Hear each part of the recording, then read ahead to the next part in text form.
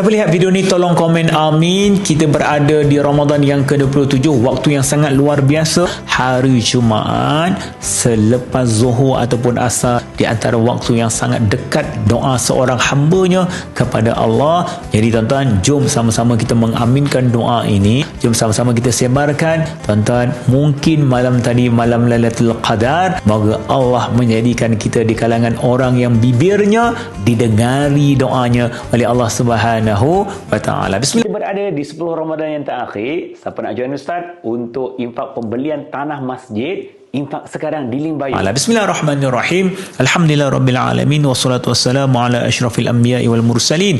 Wa ala alihi wa sahbihi ajma'in. Allah, dengan keberkatan Jumaat, keberkatan malam Lailatul Qadar, keberkatan kumpulan yang engkau redai yang dekat kepada engkau, ya Allah, makbulkanlah segala hajat kami, terimalah segala doa kami, pandanglah segala ibadah yang telah kami persembahkan. Ya Allah, sekiranya ada kekurangan dalam ibadah kami, kau tutuplah ia dengan kasih sayangmu, ya Allah. Ya Allah, pandang kami, ya Allah, dengan pandangan kebaikan yang ada di sisi engkau. Ya Allah, jadikanlah kami dalam golongan orang yang sentiasa diberikan kebaikan dan juga kasih sayang daripada engkau. Jangan jauhkan kami daripada kasih sayang engkau, ya Allah. Istiqamahkan kami dengan apa yang telah kami lakukan di dalam bulan Ramadan. Ya Allah, jadikanlah kami orang yang sentiasa taat. Ya Allah, kami yakin dalam setiap takdir yang telah engkau berikan kepada kami. Sekiranya ia tidak baik bagi kami, jangan kau dekatkan ia kepada kami. Sekiranya ia adalah terbaik buat kami, kau dekat dan permudahkanlah ia buat kami, ya Allah. Kami serahkan segala takdir ini kepada engkau. Kami serahkan sesuatu yang terbaik ini kepada engkau.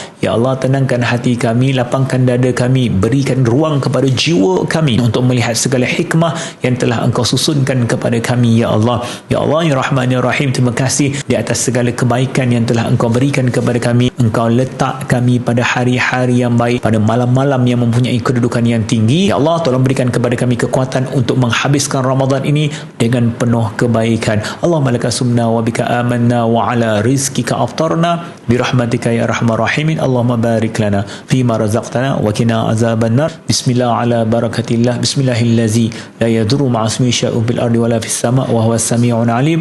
Walhamdulillahi rabbil alamin. Amin amin ya rabbal alamin. Moga Allah mudahkan segala urusan kita. Alhamdulillah. Jom berterima kasih kepada Allah.